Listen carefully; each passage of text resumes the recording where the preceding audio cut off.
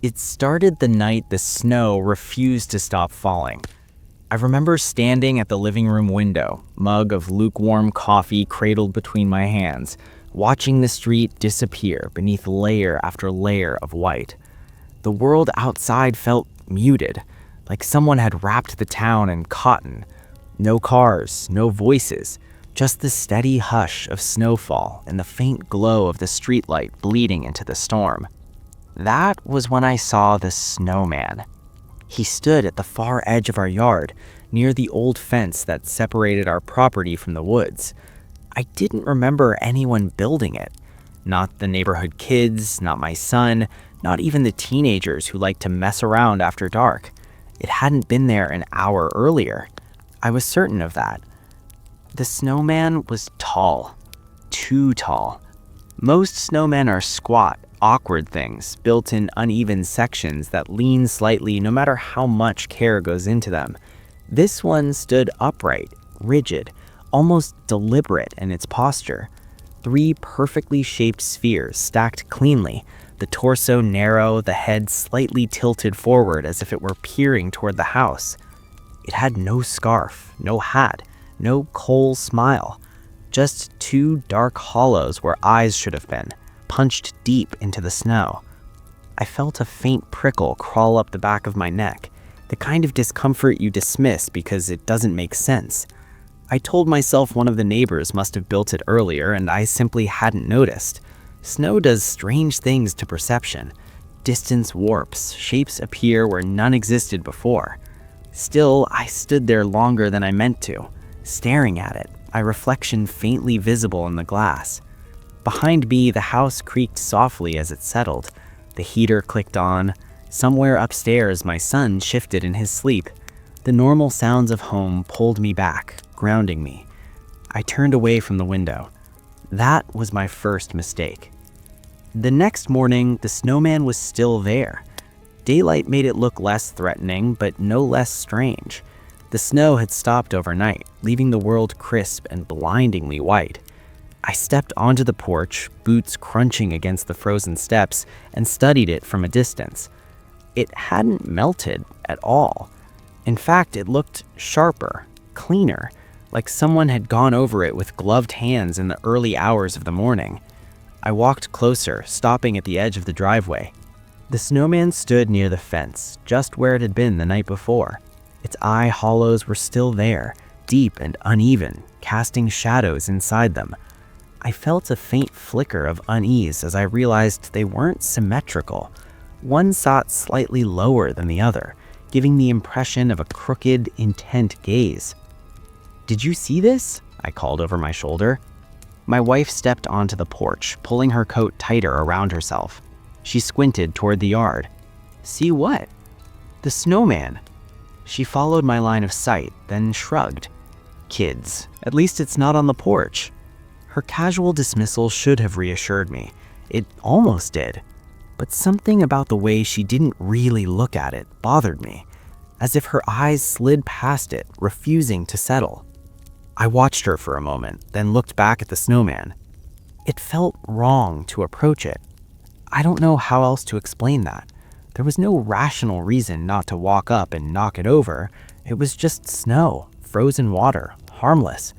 And yet my feet remained planted, a subtle resistance tugging at me when I tried to move closer. Eventually, I convinced myself I was being ridiculous and went back inside. That night, the snow started again, heavier this time. Thick flakes battered the windows, driven sideways by the wind. The house groaned under the weight of it, roof popping softly as ice formed and shifted. I lay awake in bed, staring at the ceiling, listening to the storm swallow the world. At some point, I felt the urge to look outside. It wasn't curiosity, it was more like a pressure, a thought pressing insistently against the back of my skull until I gave in. I slipped out of bed and padded down the hall, careful not to wake anyone. The living room was dark, illuminated only by the pale wash of snowlight filtering through the windows. I approached the glass slowly. The snowman was closer. I froze, breath catching painfully in my throat. It now stood halfway across the yard, several meters closer to the house than before. The fence behind it was empty, untouched, no tracks, no signs of disturbance, just smooth, unbroken snow stretching in all directions. My pulse roared in my ears. I pressed my forehead lightly against the cold glass, scanning the ground for footprints. There were none. Not a single mark to suggest someone had moved it. It was as if the snowman had simply appeared there.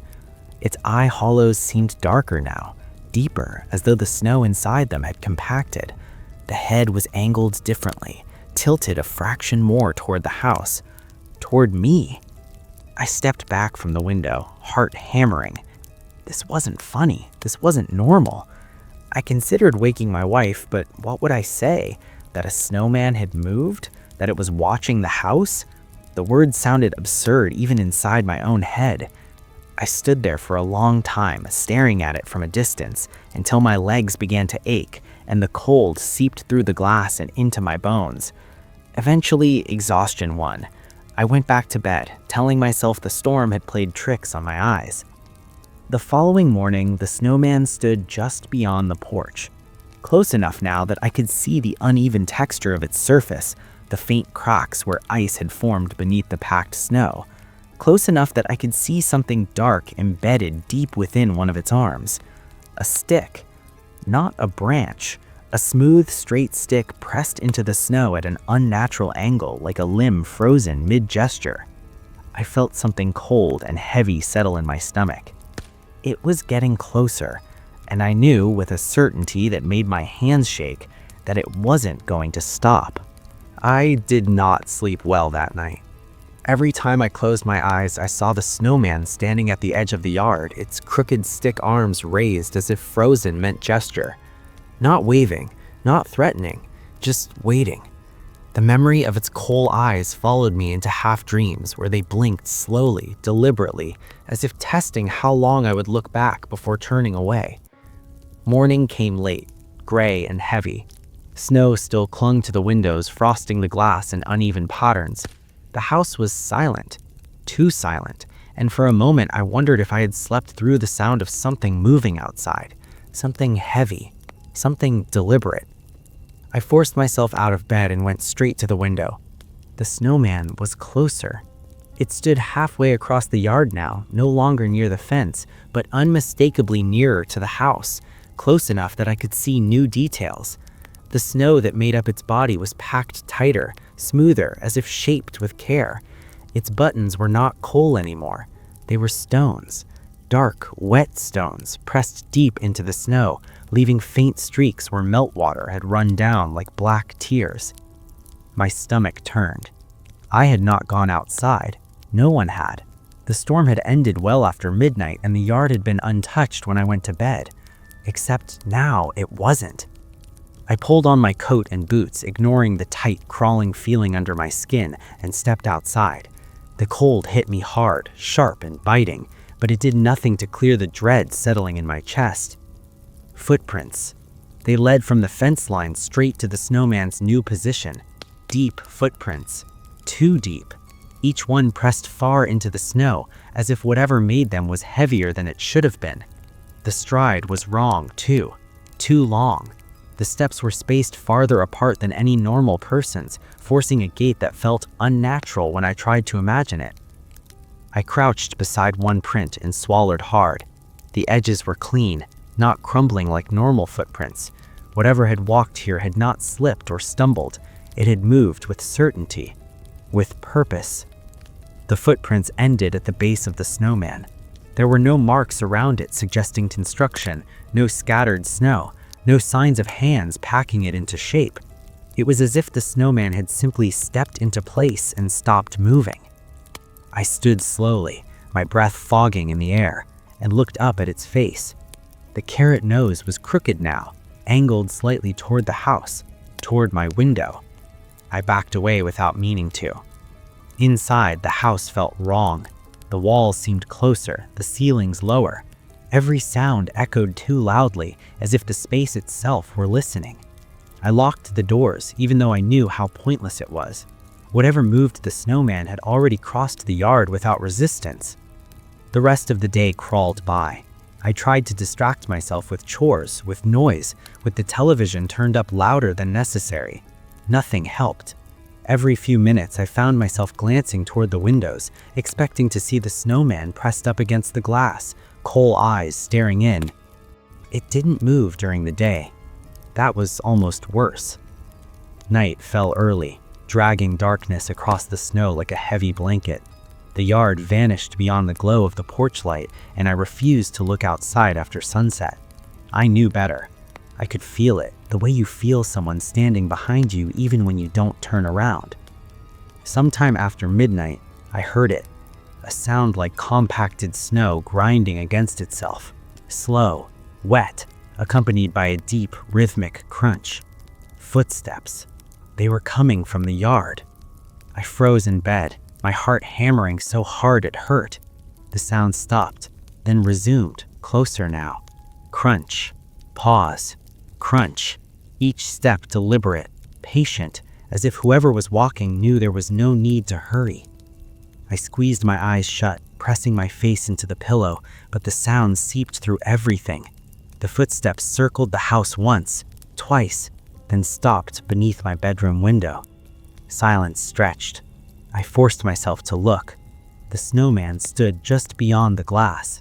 It was close enough that I could see the uneven texture of the snow that made up its face, close enough to notice that the stones used for its buttons were now embedded deeper, as if something beneath the snow was pulling them inward. Its stick arms were no longer raised. One hung at its side, the other was lifted, bent slightly, positioned as if it had been reaching for the window and stopped mid-motion. The coal eyes were gone. In their place were two dark hollows, melted deep into the snow. Water dripped slowly from them, running down the front of the snowman like thin, glistening lines. I screamed. The sound caught in my throat, coming out strangled and weak. The snowman did not react. It simply stood there, patient, unmoving, as if listening. Then, impossibly, its head tilted, just a little. The porch light flickered, once, twice, then went out. I slammed the curtains shut and fell back onto the bed, gasping for breath. The house felt colder instantly, the warmth leaching away as if the walls themselves were freezing from the outside in. I pulled the blanket over my head like a child, knowing how useless it was, knowing it wouldn't stop whatever waited outside. The footsteps resumed. This time they moved away from the window, toward the front door. I lay there, shaking, listening to the sound of snow being compressed under an impossible weight, waiting for the knock that never came. Instead, the footsteps stopped. When morning came, I barely remembered falling asleep. My body felt stiff, exhausted, as if I had been awake all night fighting something I couldn't see. I went to the window with dread pooling in my stomach. The snowman stood directly in front of the house now, just a few steps from the door. Its body was larger, thicker, as if it had gathered more snow with each movement.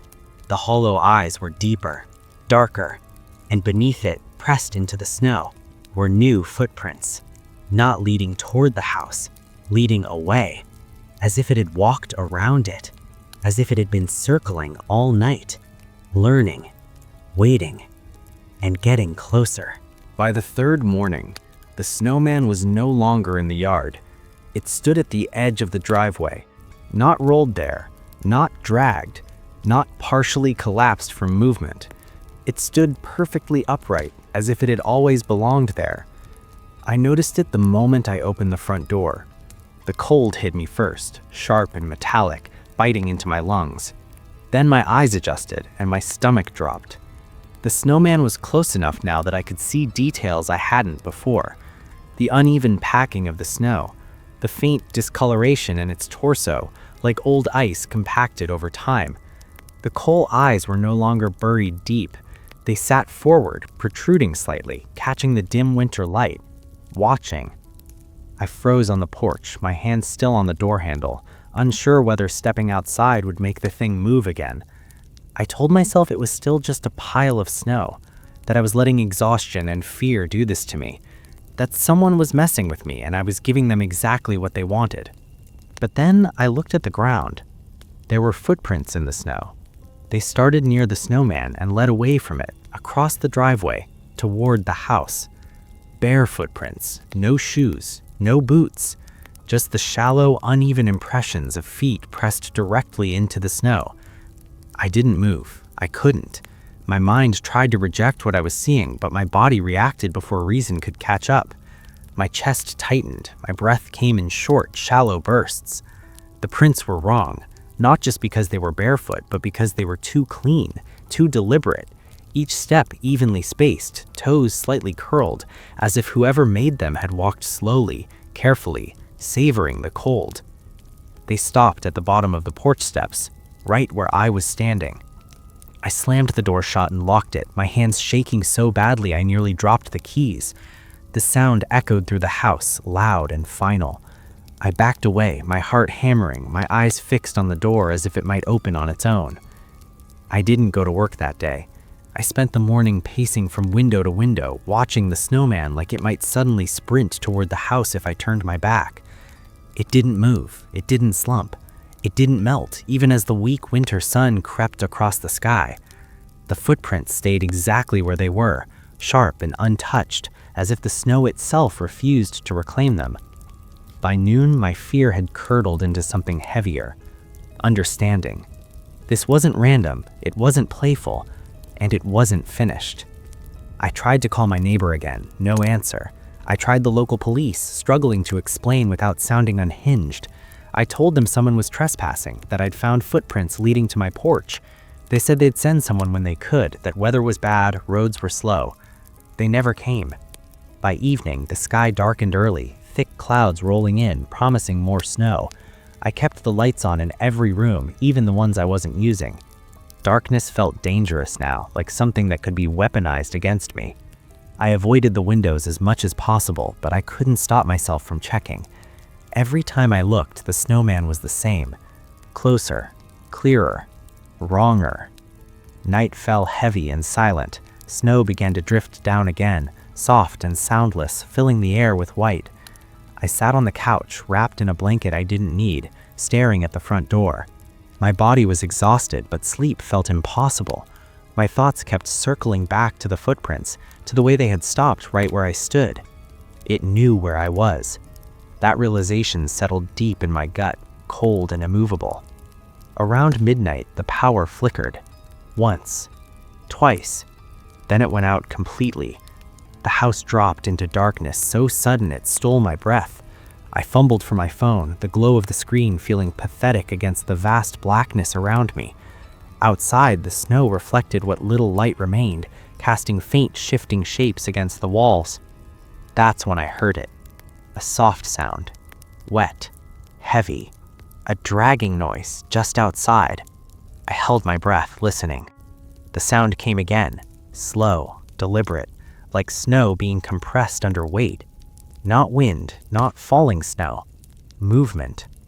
I crept toward the window, my legs trembling, my heart pounding so loudly I was sure it would give it away.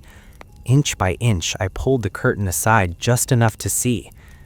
The snowman was moving. Not walking, not stepping, sliding. Its base shifted forward in small, unnatural increments, the packed snow grinding softly against the ground. It didn't wobble, it didn't lose shape, its arms didn't swing. It simply advanced, inch by inch, closer to the porch. And then it stopped, right beneath my window. The coal eyes were level with mine. I dropped the curtain and staggered back, my breath coming in a sob I couldn't stop. My mind screamed at me to run, but where could I go? The doors, the windows, the walls, none of them felt like barriers anymore. Then came the tapping. Soft first, polite, almost curious. Tap, tap, tap. Not on the door, on the window. I pressed my hands over my ears, whispering for it to stop. The tapping continued, slow and patient, each tap sending a vibration through the glass and into my bones. A thought crept into my mind then, uninvited and horrifying. What if it wasn't trying to get in yet? What if it was just letting me know it was there? The tapping stopped. Silence flooded back in, thick and suffocating. I didn't move. Minutes passed, maybe longer. Time had lost meaning. Finally, I forced myself to look again. The snowman was back in the driveway, as if it had never moved. But the footprints were new, fresh, deep, leading from beneath my window back to where it stood. That night, I didn't sleep, and sometime just before dawn, as exhaustion dragged me toward unconsciousness, I realized something far worse than the snowman moving. It wasn't getting closer by accident. It was learning. By the fourth night, the snowman was no longer in the yard. That was the first thing I noticed when I woke up, heart racing before my eyes were even fully open. The familiar dread hit me instantly, heavy and suffocating, as if my body already knew what my mind had yet to confirm. I forced myself to sit up and look toward the window. The yard was empty. No snowman, no crooked hat, no coal eyes watching from a distance, just a smooth, untouched blanket of snow stretching across the lawn. For a brief, dangerous moment, relief washed over me. I told myself it was gone, melted, taken apart by some bored kid or buried by the storm. Then I heard it. A soft sound, wet, slow. Not outside, inside the house. It came from downstairs. I froze, every muscle locking in place. The house was silent otherwise, too silent. No hum of the heater, no ticking clock, no distant traffic. Just that sound again, closer this time. A dragging scrape followed by a heavy thump, as if something was being pulled across the floor and then carefully set down. My breath became shallow. I listened, counting the seconds between each sound, trying to convince myself it was pipes or wood settling or my imagination feeding on fear. But imagination doesn't move with purpose. Imagination doesn't pause as if listening back. The sound stopped. Then a knock. Not loud, not sudden. 3 slow taps, deliberate and patient, coming from the front door. I slid out of bed, my legs trembling beneath me. Every instinct screamed at me to stay where I was, to hide under the blankets like a child and pretend none of this was real. But something deeper, darker, pushed me forward, the same force that had pulled my eyes to the window every night before. I crept down the hallway, each step cautious, every floorboard a potential betrayal. The house felt wrong, colder than it should have been. My breath fogged faintly in the air, and I could smell something unfamiliar, damp and metallic, like snow mixed with rust. The stairs groaned under my weight as I descended. The knocking came again, 3 slow taps, closer now, louder, as if the thing on the other side knew exactly where I was standing. I reached the bottom step and stopped. The front door stood directly ahead, its frosted glass clouded with ice. A shadow loomed behind it, tall and wide, unmoving. I didn't need to open the door to know what was there. Coal-black shapes pressed faintly against the glass where eyes should be, a crooked line where a mouth might rest. Something inside me broke. I backed away, shaking my head, whispering no over and over again. This wasn't possible. It couldn't be. Snowmen don't move. They don't knock. They don't come inside houses. The knocking stopped. For a moment, there was nothing. Then the handle began to turn. Slowly. The metal creaked as it twisted, frost cracking along its edges. I stumbled backward, my foot catching on the rug, nearly sending me to the floor. The door opened just a fraction, enough for freezing air to rush inside, carrying with it the stench of snow, decay, and something unmistakably human. A voice followed. Low, wet, wrong. Cold, it whispered. The door pushed open another inch. I ran. I don't remember turning around. I don't remember thinking. I only remember my body moving, sprinting back up the stairs as fast as it could carry me. Behind me, the sound changed. No longer scraping, no longer careful. Heavy footsteps, wet thuds against wood. Each step was slow, deliberate, as if it knew I couldn't outrun it forever. I reached my bedroom and slammed the door shut, locking it with shaking hands. The moment the lock clicked, something heavy struck the other side. The door rattled in its frame, dust falling from the ceiling. I screamed. Another impact hit, harder this time. The wood groaned, cracking along the edges.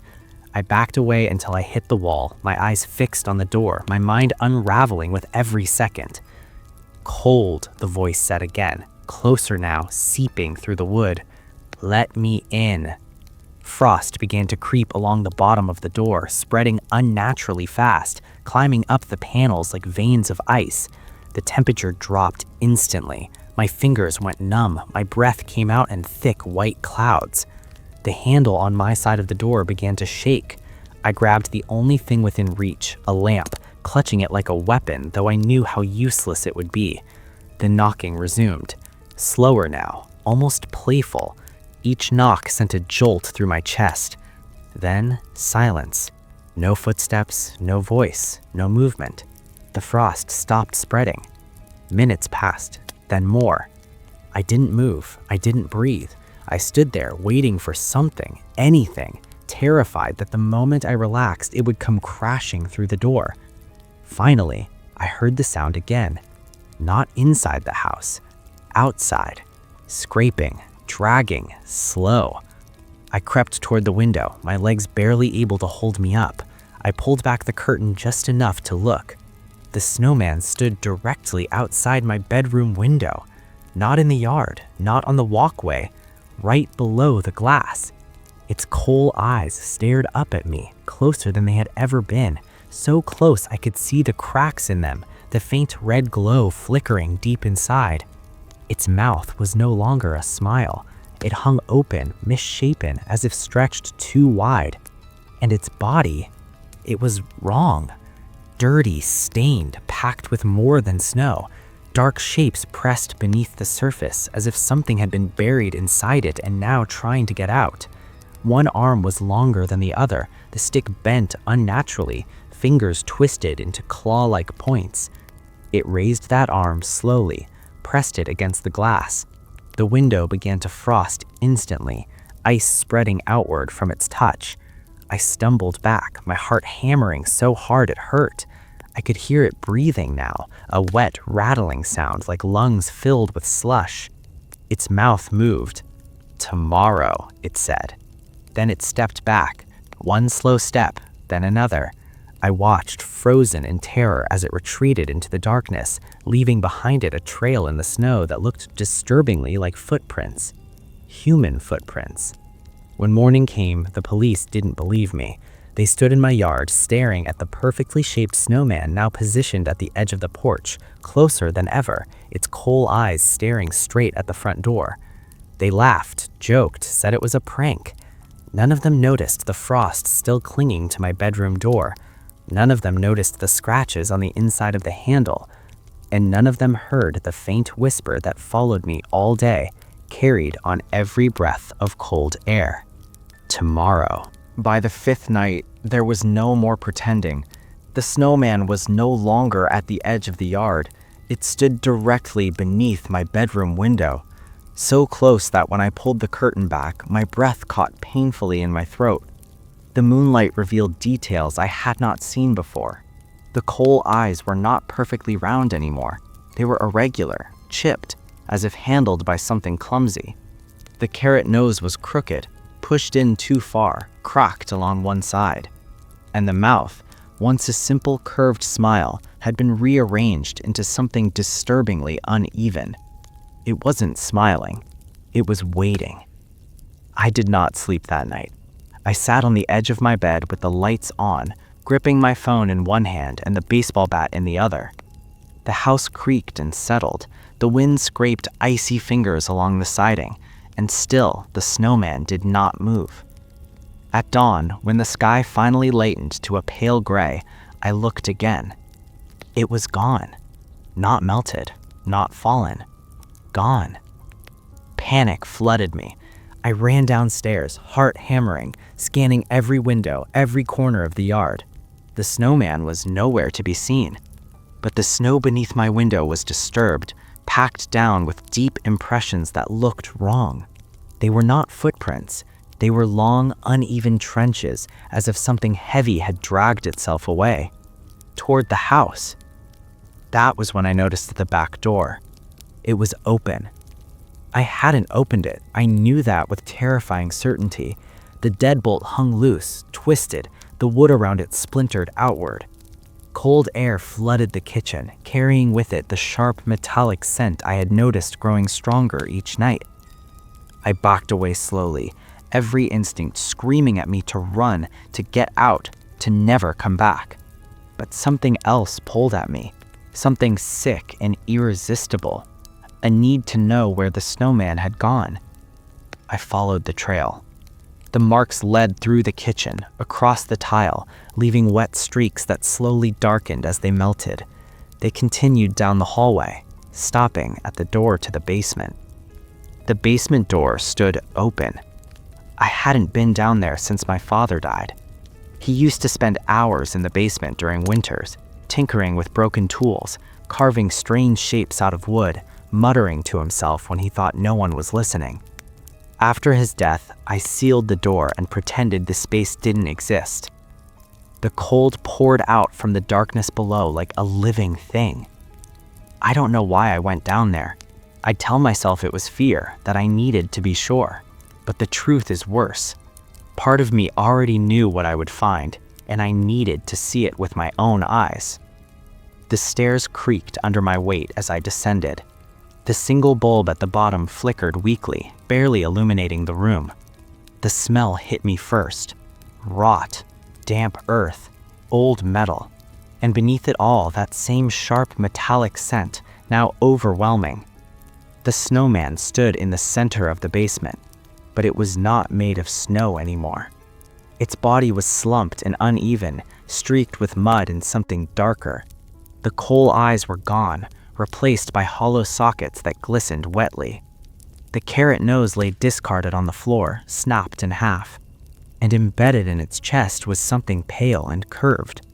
A rib. My stomach turned violently. I staggered back, bile rising in my throat, and that's when the snowman moved.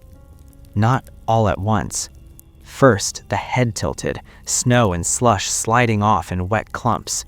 Then the torso straightened, joints cracking like frozen branches snapping under weight. The sound it made was not a voice, not a breath, but a wet, grinding noise that scraped directly against my nerves. I tried to run. My feet refused to move.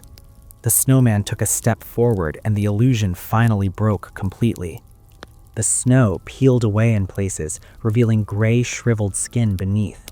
Fingers emerged from melting arms, long and swollen, the nails black and split. I recognized them instantly, even as my mind screamed in denial. They were my father's hands. The thing lurched toward me, pieces of itself sloughing off with every movement. Memory slammed into me unbidden. My father standing at the window during winter nights. My father watching the yard in silence. My father whispering that the cold preserved things, that snow kept secrets, that some people didn't need graves if winter claimed them. I had helped him once. The memory surfaced with sickening clarity. A night years ago when I followed him outside. A shape in the yard. A body half frozen, unnamed, unwanted. My father had told me it was an accident, that the snow would hide it, that winter forgave what people could not. Together, we built the first snowman. The thing before me took another step, and this time it spoke. The sound was wrong, as if the words were being forced through ice and water. You watched. You waited. I screamed and swung the bat, striking its head. Snow and flesh exploded outward, but it did not fall. Instead, it lunged, grabbing my arm with crushing strength. The cold burned deep into my skin, freezing me from the inside out. In a moment of blind desperation, my hand brushed against something on the workbench. A lighter. I flicked it on, the small flame trembling in my shaking hand. The snowman recoiled, letting out a sound that might have been fear or pain. I didn't hesitate. I shoved the flame into its chest. The fire spread fast, unnaturally fast, igniting old cloth, dried flesh, and whatever foul preservation my father had used. The snowman shrieked as it burned, a sound so full of agony that it drowned out my own screams. The basement filled with smoke and heat, ice hissing and cracking as it melted. I ran. I don't remember getting out of the house. I don't remember the neighbors' faces as they stared at the flames consuming the place I once called home. I don't remember answering the police questions or the paramedics wrapping blankets around me. What I remember is the snow. It kept falling, thick and silent, covering the ground, erasing tracks, hiding evidence. By morning, the house was a blackened shell and the yard was pristine once more. They never found a body. They ruled it an electrical fire, an accident, a tragedy made worse by winter conditions. No one asked about the snowman.